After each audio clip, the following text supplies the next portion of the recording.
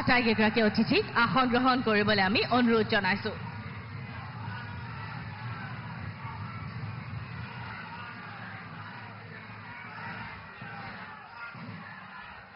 এতিয়া ভাৰতৰ মাননীয় প্ৰধানমন্ত্ৰী শ্ৰী নৰেন্দ্ৰ মোদী মহোদয়ক অসমীয়াৰ গৌৰৱ এখনি ফুলাম গামোচাৰে সম্বৰ্ধনা জ্ঞাপন কৰিবলৈ ভাৰতীয় জনতা পাৰ্টীৰ অসম প্ৰদেশৰ সন্মানীয় সভাপতি শ্ৰী ভৱেশ কলিতা ডাঙৰীয়াক অনুৰোধ জনাইছো।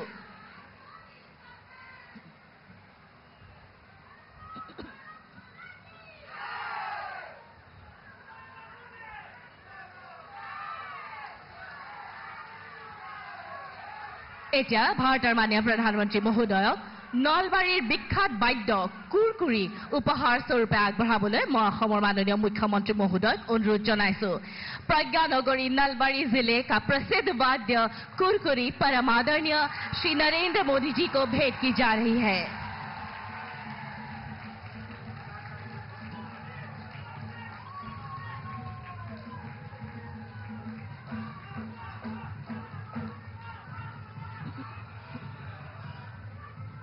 ধন্যবাদ মহোদয়। এতিয়া মই বিনম্ৰ অনুৰোধ জনাইছো আমাৰ দূৰদৰ্শী নেতা আমাৰ গুৰি ধৰোতা অসমৰ মাননীয় মুখ্যমন্ত্ৰী ডক্টৰ হিমন্ত বিশ্ব শৰ্মা মহোদয়ক আদৰণি ভাষণ আগবঢ়াবলৈ।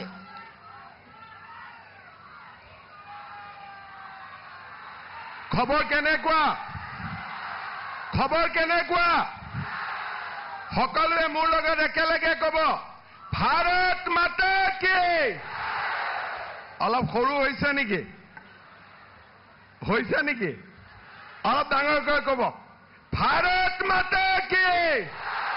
Narendra Modi BJP AGP UPPL বহুত ধন্যবাদ।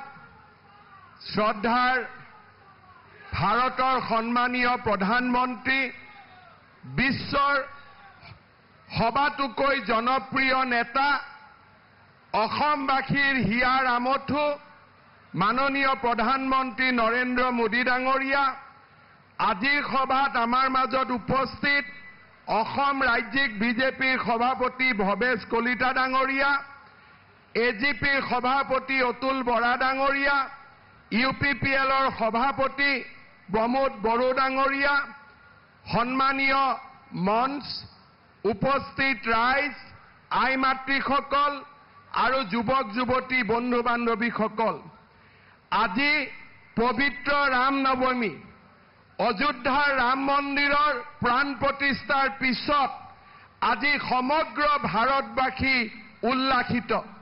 মই 500 বছৰৰ পিছত অযোধ্যাত ৰাম মন্দিৰ প্ৰতিষ্ঠা কৰাৰ নায়ক প্ৰধানমন্ত্ৰী নৰেন্দ্ৰ মোদী ডাঙৰীয়াৰ লৈ অসমবাসীৰ হৈ অভিনন্দন জনাইছো। শ্ৰদ্ধাৰ ৰাইজ, প্ৰধানমন্ত্ৰী নৰেন্দ্ৰ মোদী ডাঙৰীয়াক মই মা কামাখ্যা মহাপুৰুষ শ্ৰীমন্ত শংকৰদেৱৰ পবিত্ৰ ভূমি এই অসমলৈ আদৰণি জনাইছো। আমাৰ অসম চাউলুং চুকাফা, লাচিত বৰফুকন, মহাবীৰ চিলাৰায়ৰ দৰে পবিত্ৰ বীৰৰ শৌৰ্য আৰু বীৰ্যৰে গৰ্বিত এক বীৰভূমি। এই বীৰভূমিত প্ৰধানমন্ত্ৰী নৰেন্দ্ৰ মোদী ডাঙৰীয়াৰ উপস্থিতি আজি আমাৰ সকলোৰে বাবে আনন্দৰ বিষয়। বিশেষকৈ জ্ঞান আৰু প্ৰজ্ঞাৰ নগৰী এই নলবাৰীত প্ৰধানমন্ত্ৰী নৰেন্দ্ৰ মোদী ডাঙৰীয়াৰ পদাৰ্পণ আমি সদায় গৌৰৱেৰে সৈতে সুঁৱৰিম। শ্ৰদ্ধাৰ ৰাইজ, লোকসভাৰ নিৰ্বাচন সমাগত।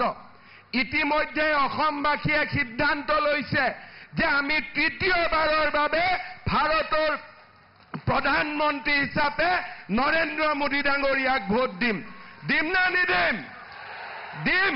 সকলো ৰেডি? সকলো ৰেডি? শ্ৰদ্ধাৰ ৰাইজ, নৰেন্দ্ৰ মোদী ডাঙৰীয়াৰ অসমৰ প্ৰতি ভাল পোৱাক মই আকৌ এবাৰ আপোনালোকৰ আগত কোৱাৰ প্ৰয়োজন নাই। প্ৰধানমন্ত্ৰীৰ দায়িত্ব লোৱাৰ পিছত 27 বাৰকৈ অসম ভ্ৰমণ, চৰাইদেউলৈ বিশ্ব ঐতিহ্যৰ স্বীকৃতি, 145 ফুটৰ লাচিত বৰফুকনৰ প্ৰতিমা, বৰদোৱাত মহাপুৰুষ শ্ৰীমন্ত শংকৰদেৱৰ জন্মভূমিক সজাই পৰাই তোলা, কামাখ্যাৰ ওপৰত কামাখ্যা কৰিডৰ, মা কামাখ্যাৰ মন্দিৰত কামাখ্যা কৰিডৰ, আজি চৌদিশে অসমখনক আগুৱাই লৈ যোৱা আজি নৰেন্দ্ৰ মোদী ডাঙৰীয়াই এক গুৰুত্বপূৰ্ণ ভূমিকা পালন কৰিছে। আমেৰিকালৈকে যাওক, জাপানলৈকে যাওক, অসমলৈকে আহক, অসমৰ বিহুৱান ডিঙিত লৈ নৰেন্দ্ৰ মোদী ডাঙৰীয়াই আজি 3.5 কোটি অসমীয়াক গৰ্বিত কৰিছে। নৰেন্দ্ৰ মোদী ডাঙৰীয়া বিশ্বৰ সৰ্বাধিক জনপ্ৰিয় নেতা। মই বিশ্বাস কৰোঁ মোদী ডাঙৰীয়া তৃতীয়বাৰ প্ৰধানমন্ত্ৰী হ'ব, ভাৰত বিশ্বগুৰু হ'ব আৰু আমি আমাৰ অসমক ভাৰতৰ ভিতৰতে এখন সৰ্বশ্ৰেষ্ঠ ৰাজ্যত পৰিণত কৰাৰ বাবে আমি প্ৰয়াস আৰু প্ৰচেষ্টা কৰিম।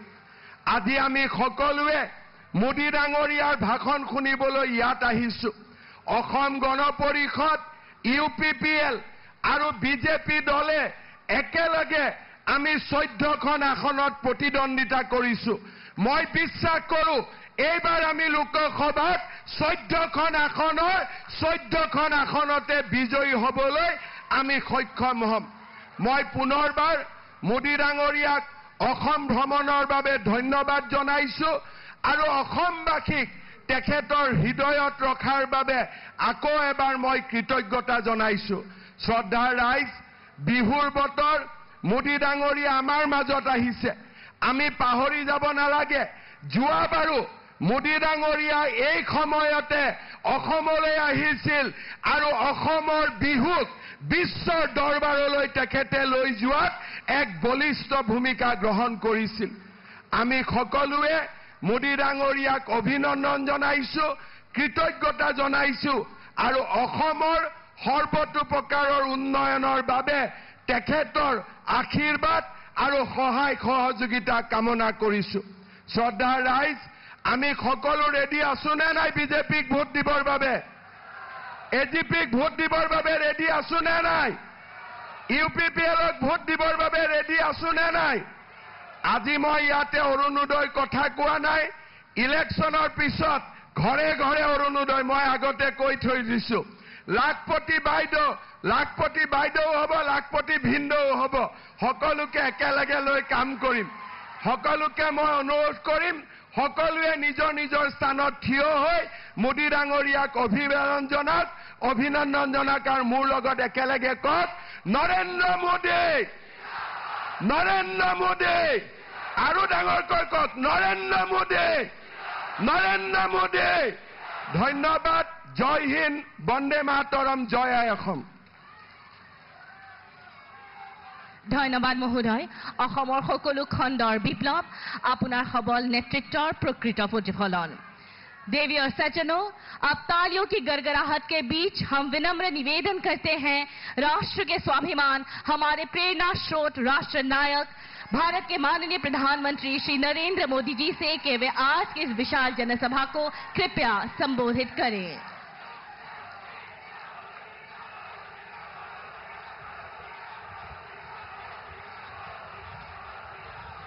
भारत माता की,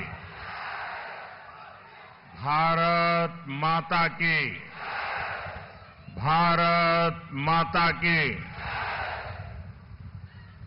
मोई हमू अहम बाखी लोई रंगाली बिहू आरो अहमिया नमो बोरखोर শুভেচ্ছা জ্ঞাপন করিল।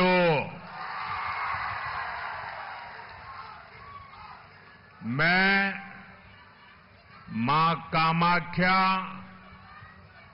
और मां काली के चरणों में प्रणाम करता हूं।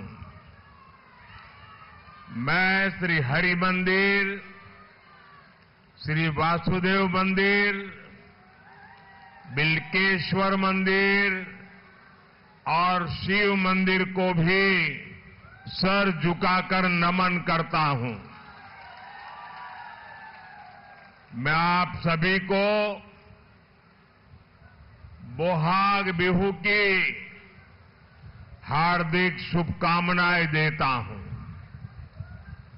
आज रामनवमी का ऐतिहासिक अवसर भी है।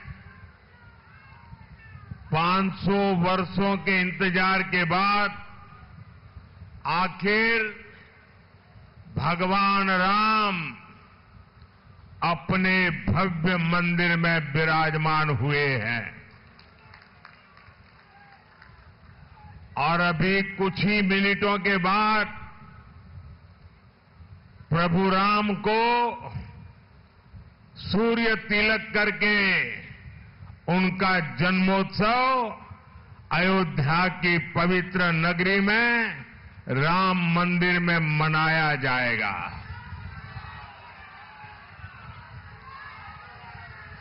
आज देश सदियों की साधना की, पीढ़ियों के बलिदान की सिद्धि को सेलिब्रेट कर रहा है।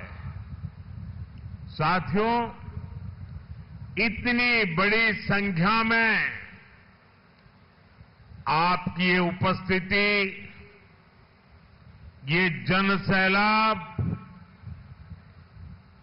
महान ब्रह्मपुत्र के विस्तार से कम नहीं है। और मैं तो देख रहा हूं ये पब्लिक मीटिंग 3 मंजिला है। एक तो लाखों लोग मेरे सामने बैठे हैं, दूसरे हजारों लोग उधर सामने ऊपर बैठे हैं और तीसरे सैकड़ों लोग ऊपर ब्रिज पर खड़े होकर के सभा सुन रहे हैं। यानी शायद ये पहली सभा होगी जो 3 मंजिला सभा हो रही है। 4 जून को नतीजा क्या होने जा रहा है, ये साफ दिखाई दे रहा है। दिखता है कि नहीं दिखता है? 4 जून क्या होने वाला है, ये आज पूरा देश देख रहा है। और इसलिए लोग कहते हैं 4 जून 400 पार। 4 जून जरा पूरी ताकत से आवाज आनी चाहिए। 4 जून, फिर एक बार, फिर एक बार, फिर एक बार, सारी जून, आको ये बार। साथियों, 2014 में मोदी आपके बीच एक उम्मीद लेकर आया था। 2019 में मोदी जब आया तो एक विश्वास लेकर आया और 2024 में आज जब मोदी असम की धरती पर आया है, मोदी गारंटी लेकर आया है। मोदी की गारंटी यानी गारंटी पूरा होने की गारंटी। अभी बोहाग बिहू के दिन बीजेपी ने अपना संकल्प पत्र भी जारी किया है। बीजेपी वो पार्टी है जो सबका साथ, सबका विकास के मंत्र पर चलती है। एनडीए सरकार की योजनाओं में कोई भेदभाव नहीं होता। उनका लाभ हर किसी को मिलता है। अब एनडीए ने ठाना है कि देश के हर नागरिक तक पहुंचकर जिस सुविधा का वो पात्र है, वो सुविधा उसे दी जाएगी। अगले 5 वर्षों में गरीबों के लिए 3 करोड़ और नए मकान बनाए जाएंगे और बिना भेदभाव सबको मिलेंगे।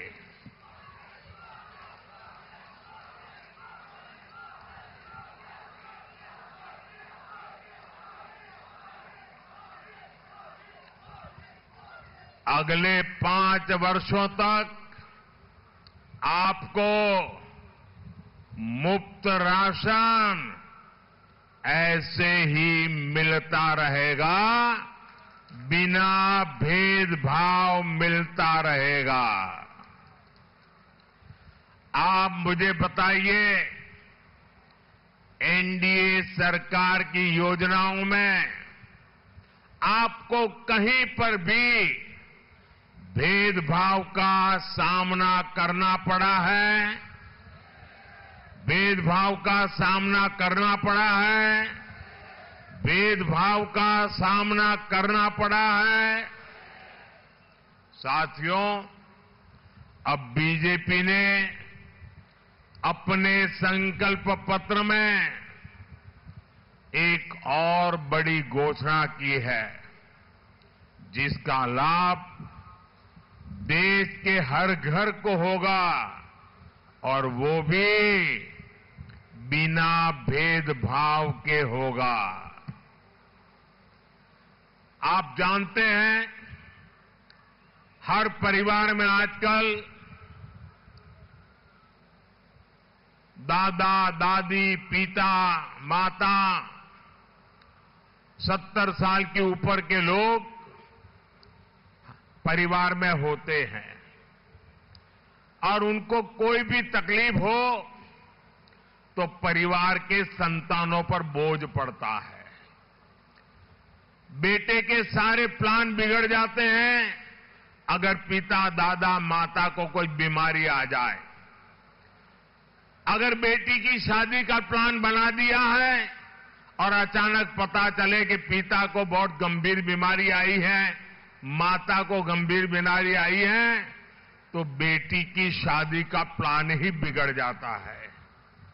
और इसलिए मोदी ने तय किया है कि आप जो मेरे भाई बहन हैं, जो 50 साल के होंगे, 40 साल के होंगे, 30 साल के होंगे, 60 साल के होंगे, अपने बुजुर्ग मां बाप की सेवा करते हैं, अब मोदी ने तय किया है, मोदी ने गारंटी दी है कि आपके परिवार में 70 साल की ऊपर के जितने भी बुजुर्ग हैं, उनकी बीमारी, उनके इलाज की चिंता ये आपका बेटा मोदी करेगा।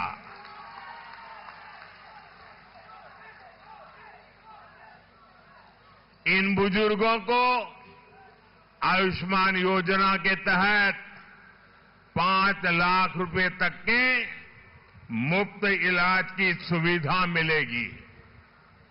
वो बुजुर्ग गरीब हो, मध्यम वर्ग के हो, गांव के हो, शहर के हो, सैलरी कैटेगरी में आते हो, किसान परिवार के हो या फिर उच्च वर्ग के हो, इसमें भी बिना भेदभाव उनकी इलाज की चिंता मोदी करेगा और उससे आपके पैसे बचेंगे, आप अपनी योजना के हिसाब से अपने परिवार के सपनों को पूरा कर पाएंगे। इतना बड़ा काम ये मोदी करने वाला है। मेरा भाषण आगे बढ़ाने से पहले अब 12 बजने में कुछ ही पल बाकी है। अयोध्या में और पूरे देश में प्रभु राम के जन्मोत्सव, प्रभु राम के स्वागत का बहुत बड़ा अभियान चल रहा है, बहुत बड़ा उत्सव चल रहा है। हम भी उससे जुड़ना चाहते हैं। भले हम अयोध्या नहीं पहुंच पाए, हम यहां से प्रभु राम के जन्मोत्सव में जुड़ने के लिए अभी कुछ ही पल में वहां पर सूर्य तिलक होने वाला है। आप भी अपना मोबाइल फोन निकाल करके उसकी फ्लैश लाइट चालू करके हम भी प्रभु राम को प्रणाम करें। उस सूर्य तिलक की तरह हम भी अपने मोबाइल का फ्लैश निकाल करके, फ्लैश चालू करके, सब लोग अपने मोबाइल का फ्लैश चालू करें। सब लोग, भले दिखाई नहीं देगा लेकिन आप करें। प्रभु राम को सूर्य तिलक हो रहा है, तब हमारे मोबाइल फोन से भी प्रभु राम को हम प्रणाम कर रहे हैं। हम भी सूर्य तिलक में हमारे मोबाइल के किरण भेज रहे हैं। मेरे साथ बोलिए, जय श्री राम, जय श्री राम, जय जय श्री राम, जय जय श्री राम, जय जय श्री राम। राम लक्ष्मण जानकी जय बोलो हनुमान की। राम लक्ष्मण जानकी, राम लक्ष्मण जानकी, राम लक्ष्मण जानकी, राम लक्ष्मण जानकी, राम लक्ष्मण जानकी। जय श्री राम, जय श्री राम, जय जय श्री राम, जय जय श्री राम, जय जय श्री राम, जय जय श्री राम। प्रभु राम के जन्मोत्सव को हम सब ने यहां से उसमें शरीक होकर के आज जब सूर्य देवता स्वयं प्रभु राम जी के जन्मदिन को मनाने के लिए अयोध्या की धरती पर किरण के रूप में उतर रहे हैं, पूरे देश में एक नया माहौल है। और ये प्रभु राम का बर्थडे 500 साल के बाद आया है, जब वो अपने निज घर में बर्थडे मनाने का सौभाग्य मिला है।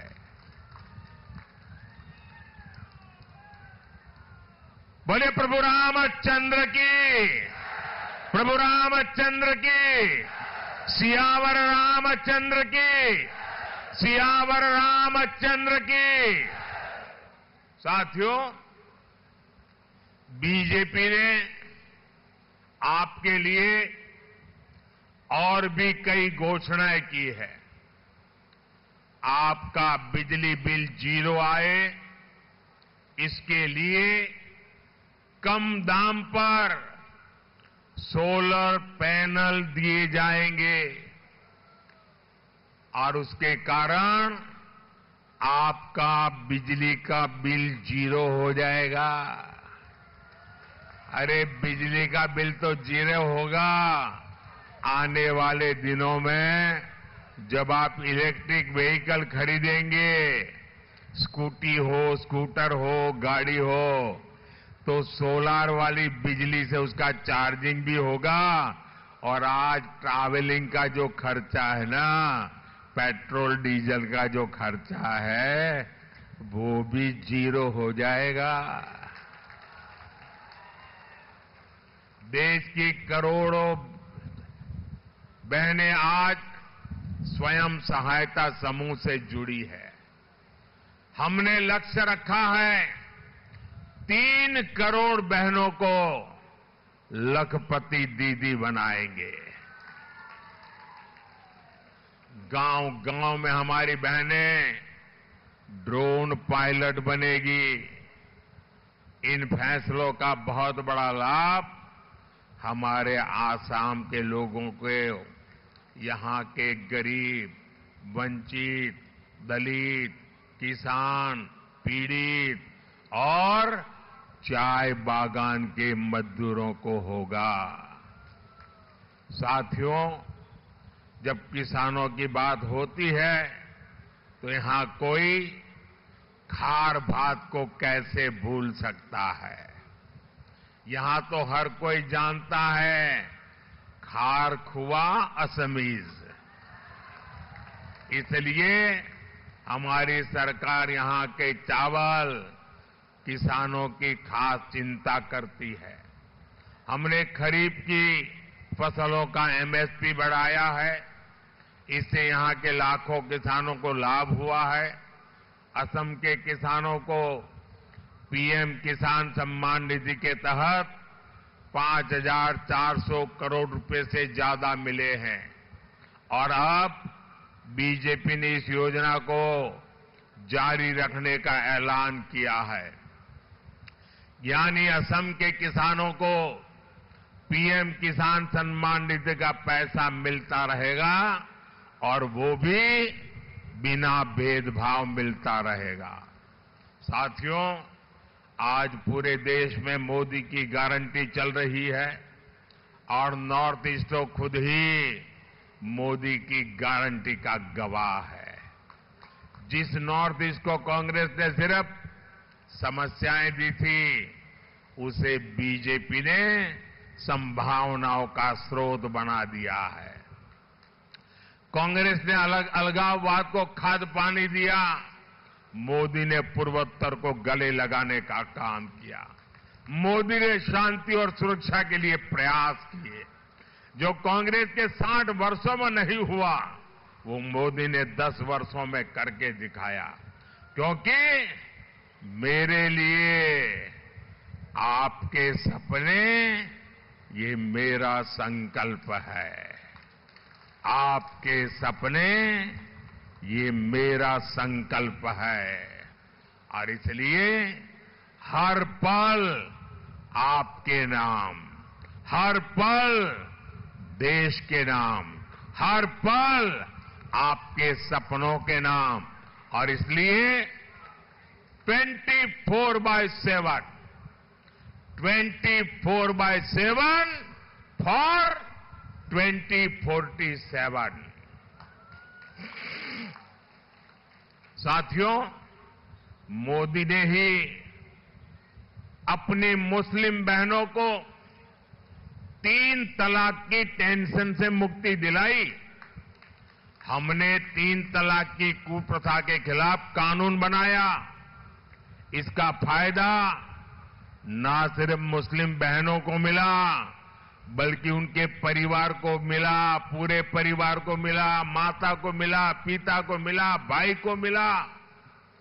3 तलाक की वजह से मुस्लिम बेटियों के साथ उनके परिवार की भी जिंदगी तबाह हो रही थी। इसका लाभ असम की भी हमारी हजारों बहनों को हुआ है। साथियों, असम का विकास इस बात का सबूत है कि जब नीयत सही हो तो नतीजे भी सही आते हैं। कांग्रेस पार्टी ने सियासी फायदों के लिए इस क्षेत्र को अपने में पंजे में फंसा कर रखा था। कांग्रेस के पंजे ने पूर्वोत्तर को इसलिए जकड़ रखा था ताकि उनके लिए भ्रष्टाचार और लूट के दरवाजे खुले रहें। अब ये पंजा खुल गया है तो असम में सबका साथ, सबका विकास का मंत्र लागू हुआ है। साथियों, अभी कुछ ही दिन पहले मैंने असम में देश की बहुत बड़ी सेमीकंडक्टर फैसिलिटी का शिलान्यास किया है। इस सेमीकंडक्टर असेंबली और टेस्ट फैसिलिटी पर 27,000 करोड़ रुपए से ज्यादा का निवेश किया जाएगा। आने वाले समय में अकेली इस यूनिट से इस क्षेत्र के युवाओं के लिए 15,000 से ज्यादा रोजगार के अवसर बनेंगे। आने वाले समय में पूरी दुनिया में असम को सेमीकंडक्टर सेक्टर के एक बड़े हब के रूप में पहचान मिलेगी। ये शुरुआत ऐतिहासिक है, अप्रत्याशित है। ये निर्णय इस क्षेत्र के विकास को एक नई शक्ति देने वाला है। नॉर्थ ईस्ट रीजन में हुआ निवेश विकसित भारत और विकसित नॉर्थ ईस्ट के हमारे संकल्प का उदाहरण है। नॉर्थ ईस्ट के नौजवानों को भविष्य के भारत के हर सेक्टर में नए अवसरों से जोड़ा जाए, मेरे लिए सबसे बड़ी प्राथमिकता है। और ये अवसर लगातार इसी तरह से बढ़ते रहेंगे, ये मोदी की गारंटी है। साथियों, असम आज केवल दूसरे राज्यों की बराबरी नहीं कर रहा, असम विकास के नए रिकॉर्ड बना रहा है। जिस असम में सड़कें नहीं होती थी, वहां 10 वर्ष में 2500 किलोमीटर नेशनल हाईवे बने हैं। दरांग, उदलगुरी, बारपेटा और कोकराझार के लोगों के लिए अकेले इस क्षेत्र में ही करीब 2,000 करोड़ रुपए की सड़क परियोजनाओं पर काम हो रहा है। आज देश का सबसे बड़ा रिवर ब्रिज भूपेन हजारिका सेतु असम में है। आज देश का सबसे लंबा Bogibeel rail road bridge Assam में है। अब गुवाहाटी में ही असम का अपना एम्स खुल चुका है। इसके अलावा बारपेटा और कोकराझार में भी मेडिकल कॉलेज खुले हैं। असम में 5 जिलों में कैंसर अस्पताल खोलने की योजना भी पर तेजी से काम चल रहा है। असम को 6 नई इंजीनियरिंग कॉलेज की भी सौगात मिली है। नॉर्थ ईस्ट की ऊर्जा जरूरतों को पूरा करने के लिए 90,000 करोड़ रुपए की लागत से नॉर्थ ईस्ट गैस ग्रिड को तैयार किया जा रहा है। हाल ही में पीएम ऊर्जा गंगा योजना के तहत बरौनी गुवाहाटी पाइपलाइन को देश को समर्पित किया गया है। भाइयों बहनों, ये केवल विकास के आंकड़े नहीं है, ये सबका प्रयास का उदाहरण है। यहां कहा जाता है, राइजे नख जोकारिले नॉयबोय, यानी यदि सब लोग मिलकर काम करें तो कठिन से कठिन काम आसान हो जाता है। असम आगे बढ़ रहा है, आप लोगों के प्रयास हैं। साथियों, यहां से मानस नेशनल पार्क और टाइगर रिजर्व भी बहुत दूर नहीं है। बीजेपी सरकार देश में टाइगर्स की संख्या हमारे कालखंड में बढ़ी है और वन क्षेत्र का भी विस्तार हुआ है। कुछ समय पहले ही मैं काजीरंगा नेशनल पार्क गया था और मैं देश का पहला प्रधानमंत्री था जो वहां रात को रुका था। असम सरकार की शक्ति की वजह से अब राइनो का शिकार बीते दिनों की बात बन रहा है। असम के ये बायोडायवर्सिटी यहां की बहुत बड़ी ताकत है। बीजेपी ने अपने मैनिफेस्टो में संकल्प लिया है कि देश की हेरिटेज को ग्लोबल मैप पर ले जाएगी। इससे ग्लोबल टूरिज्म के भी असम आने की संभावना बढ़ेगी। असम में बढ़ता टूरिज्म यहां रोजगार के भी ज्यादा से ज्यादा मौके लेकर के आएगा। साथियों, हम विकास भी और विरासत के मंत्र पर चल रहे हैं। हम बारपेटा को वैकुंठ धाम बनाकर नमन करते हैं। इसी धरती ने श्रीमद शंकरदेव और माधवदेव जैसे संत दिए हैं। इसलिए आज अगर काशी में विश्वनाथ धाम का निर्माण होता है तो असम में कामाख्या कॉरिडोर की विकास भी किया जाता है। बीजेपी सरकार के प्रयासों से असम के महान योद्धा लसित बोरफुकन की 400वीं जयंती पूरे देश में मनाई और असम के गमोशा का ब्रांड एम्बेसडर तो खुद आपका मोदी है। लेकिन भाइयों बहनों, कांग्रेस को देश की विरासत इससे भी दिक्कत है। मैं असम के स्थानीय परंपराओं के कपड़े पहन लेता हूं तो कांग्रेस वाले मजाक उड़ाते हैं। कांग्रेस को असम के लोगों की भावनाओं की कोई परवाह नहीं है। साथियों, हमारे मुख्यमंत्री हेमंत बिस्वा शर्मा जी असम के विकास के लिए इतनी मेहनत करते हैं कि यहां कांग्रेस का स्कोप ही खत्म हो गया है। कांग्रेस को दिया आपका वोट केंद्र में सरकार नहीं बनाएगा। बीजेपी को दिया आपका वोट विकसित भारत बनाएगा। इस बार बारपेटा से फणिभूषण चौधरी जी को, कोकराझार से जयंता बासुमतारी जी को और गुवाहाटी से बहन बिजुल कालिता मेधी जी को आपके रिकॉर्ड वोट से जिताना है। 7 मई को वोटिंग के पिछले सारे रिकॉर्ड टूटेंगे ना, सारे रिकॉर्ड टूटेंगे ना, हर बूथ जीतेंगे ना, घर घर जाएंगे, मतदान को जगाएंगे, सुबह सुबह मतदान कराएंगे। अच्छा, मेरा एक और काम है, वो भी करना है।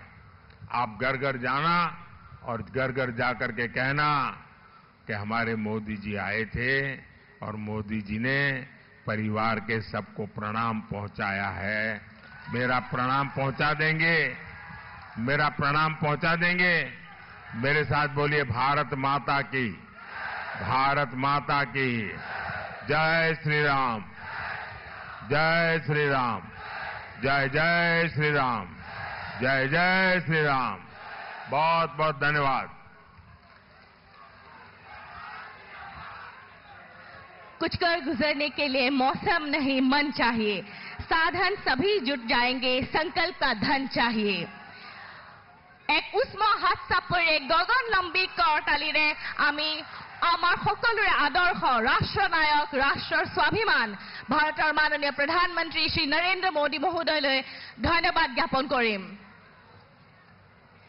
আহক পুনৰবাৰ আমি সকলোৱে একেলগে কওঁ, ভাৰত মাতা কি, भारत माता की, भारत माता की, वंदे वंदे वंदे, जय असम, जय असम।